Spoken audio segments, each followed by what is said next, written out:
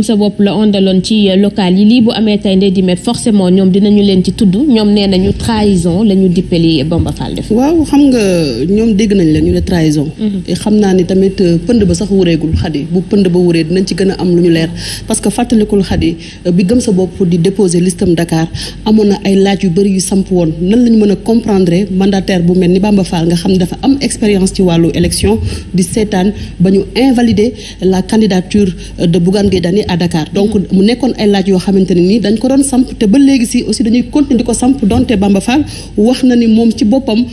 bi muy déposer liste bi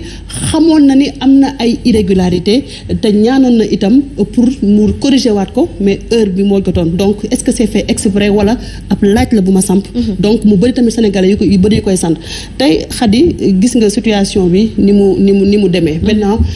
est-ce que moment bi moo baax pour Bamba dem parce que ku waxal yàlla rek xam ne Bamba depuis quelque temps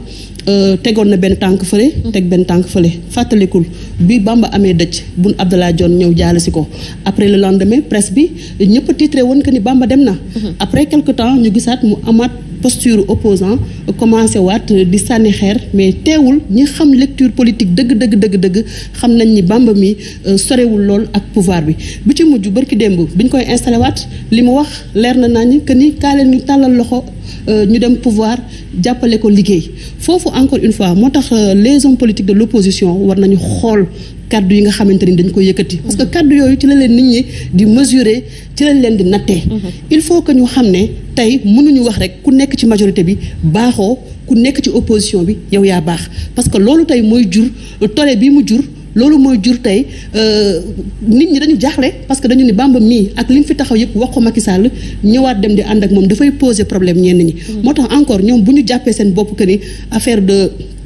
politique boo xamante ne ni peut-être dafa war a xaat ay réel politique dafa war a metti non soo nekk ci kujje gi boo gisee loo xam ne ni pouvoir bi def na ko ci lu baax taxawal nga reconnaître ko boo gisee tamit loo xamante ne ni sa aqulaay taala xam nga ni lii teguwul ci yoon nga génn dénoncer ko nga nekk républicain nekk patriote ak lu mu mënti doon na la Sénégal soxal na Sénégal nekk la priorité mais actuellement tey ni ñuy defee politique nii askan wi ñoo war a yeewaat Khady encore une fois parce que man bi ma déggee décision bi xam nga ña laa njëkk a xalaat ñi doon lañ setante Médina kenn ki tey mi ngi prison kenn ki tey ji nii mi ngi ak gaañ-gaañam ñu koy ñaanal mu wér donc na askan wi xoolaat ni tey seen destinée encore une fois du jóge ci politique seen bopp lay jóge nañu gëm seen bopp te à chaque fois li xew Médina nii Khady yaa ngi koy wax sànq ci li nga doon rappelé gis nañ fi Idrissa Seck gis nañ fi ay Moussa Sy parce que le dernier mot aujourd'hui revient à la population te gisuma ku fàqi dem ci Macky Sall après nga am peut-être ay retombées politiques. Abdoulaye Bamba Fall bari na moment yoo xam ne posture am il était dans le flou mais président Macky Sall moom nomination bi lan la ci war a mën a am. waaw damay tàmbalee di wax ni effectivement Bamba Fall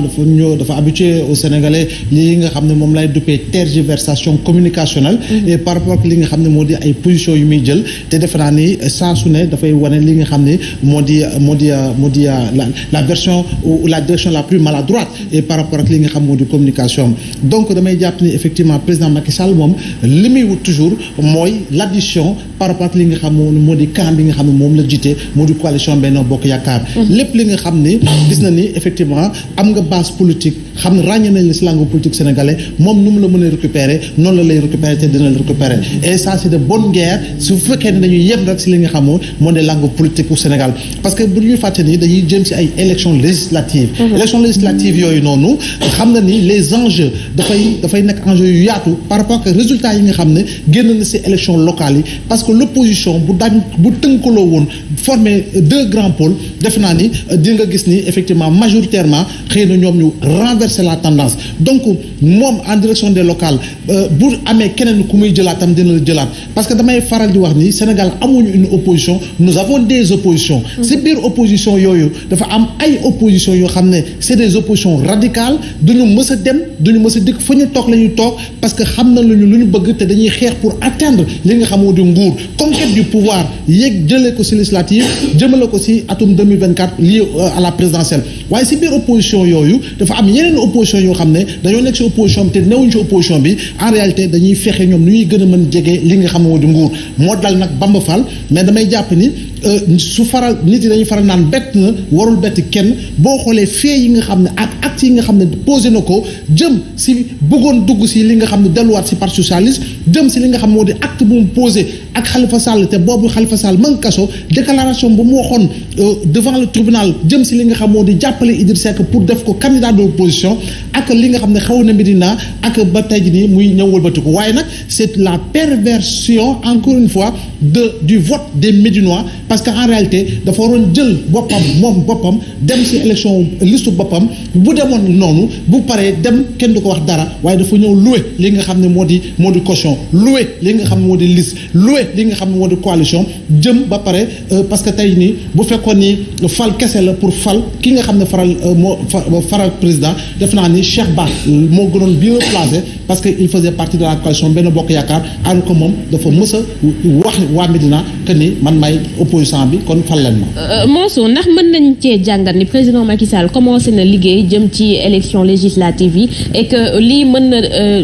mën nañ jaaree foofu jubboo am ci digganteem ak Khalifa Babacar Sall. non fooguma ni ñu jógee ci opposition dem fekki président Macky Sall mën nañ ko may doole ju mu mën a dëgërale boppam ci élection. exemple Idrissa Seck mu ngi fi exemple Moussa Sy mu ngi fi. xëy na ànd ak président ci wàllu politique comme ni nga ko waxee ci suba mun na nekk te ci histoire politique gu Sénégal Abdoulaye Wade Abdou Diouf fi la ñu ko fekkoon. mais nag Bamba Fall ak démarche bi mu def tey ci ngoon gi ak conférence de presse am Seydou Gueye toog ci wetam. mais décevoir na ñu bëri quand même.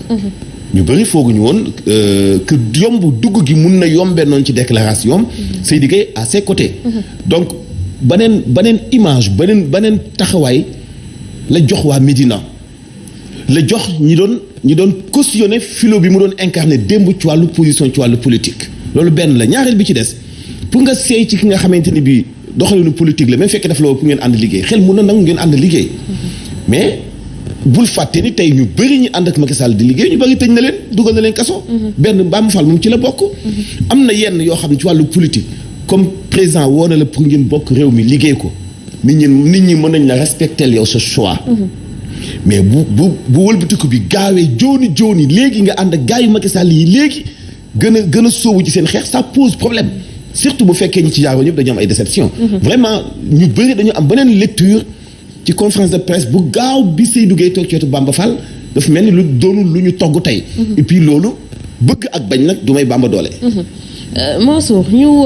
àddu ci li ñu doon wax fan yi yëpp mu di ay cas yu bari ñu nemmeeku ni dañoo jalgati loi bi ñeel wàllu parité ci installation bureaux communaux yi départementaux yi bu ñu sukkandikoo ci observatoire national de la parité gën kaa néew juróom-ñett fukki cas moom la ñu enregistré ci communes yi lu tolloog fukk ak juróom moom la ñu enregistré ci département yi tax njiitu observatoire bi moom jàkkaarloo woon ak taskatu xibaar yi la mu daal di xamle moo di saisir na officiellement jëwriñ bi ñu dénk wàllub biir réew ñu ceeg Fatimata Diop.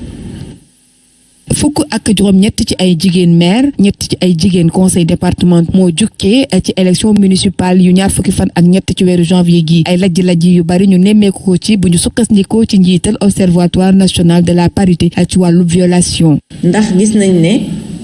ci département yi 46 départements yi ñeent fukki ak juróom-benn am nañ ci juróom-ñaari cas yi nga xam ne parité bi respecté wuñ ko ci communes yi am nañ ci tey lu ëpp